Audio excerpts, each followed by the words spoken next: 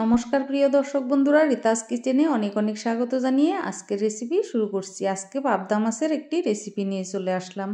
এবার প্রথমে একটি কড়াই বসিয়ে 2 টেবিল স্পুন সর্ষের তেল দিয়ে ভালোভাবে নেড়েচেড়ে কড়াইটা গরম করে নিচ্ছি। এবার একে একে মাছগুলো দিয়ে দিচ্ছি। আমি মাছগুলো একদম লাল লাল করে ভেজে নামিয়ে নেব। শীতের দিনে সবজি বলো মাছ বলো সব কিছুরই স্বাদ যেন বেড়ে যায়।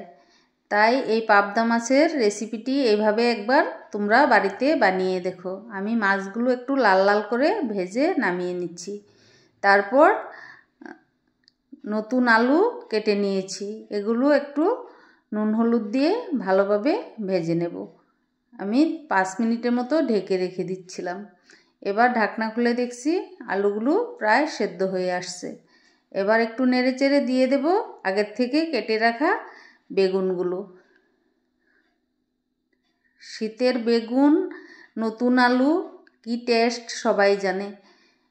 এবার বানিয়ে ফেলো এই ধরনের রেসিপি।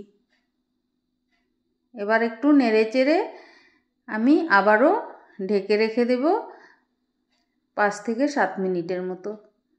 বেগুন আলুগুলো ভাজা হয়ে গেছে, এবার আমি নামিয়ে নিচ্ছি। তারপর কড়াইতে সামান্য একটু তেল দিয়ে ডালের বড়ি দিয়ে লাল লাল করে ভেজে নামিয়ে নিচ্ছি।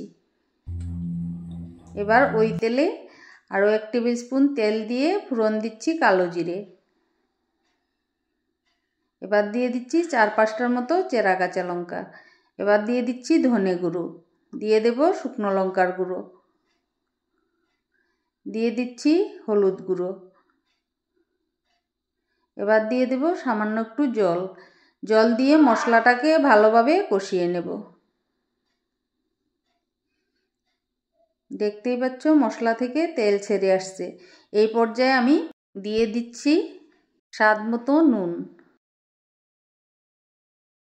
এবার দিয়ে দিচ্ছি আগের থেকে ভেজে রাখা বেগুন আলুগুলো। এবার একটু নেড়েচেড়ে মজিয়ে নিচ্ছি। এবার দিয়ে দিচ্ছি পরিমাণ মতো জল দিয়ে ঝোলটাকে 8 থেকে 10 মিনিটের মতো ফুটিয়ে নেব।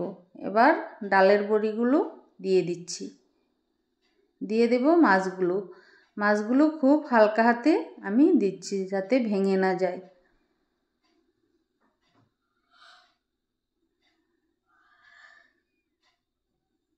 এই ধরনের রেসিপি তোমরাও বাড়িতে বানিয়ে দেখো, খেতে দুর্দান্ত হবে। বন্ধুরা, রেসিপিটি ভালো লাগলে অবশ্যই লাইক, কমেন্ট এবং সাবস্ক্রাইব করে আমার পাশে থাকার অনুরোধ জানালাম। এই ধরনের নতুন নতুন রেসিপি পেতে হলে বেল আইকনটি ক্লিক করে দেবে যাতে সবার আগে নোটিফিকেশন তোমার মোবাইলে আসে। এবার ফিরে আসছি নতুন একটি রেসিপির সাথে। ভালো থেকো, সুস্থ থেকো, ধন্যবাদ।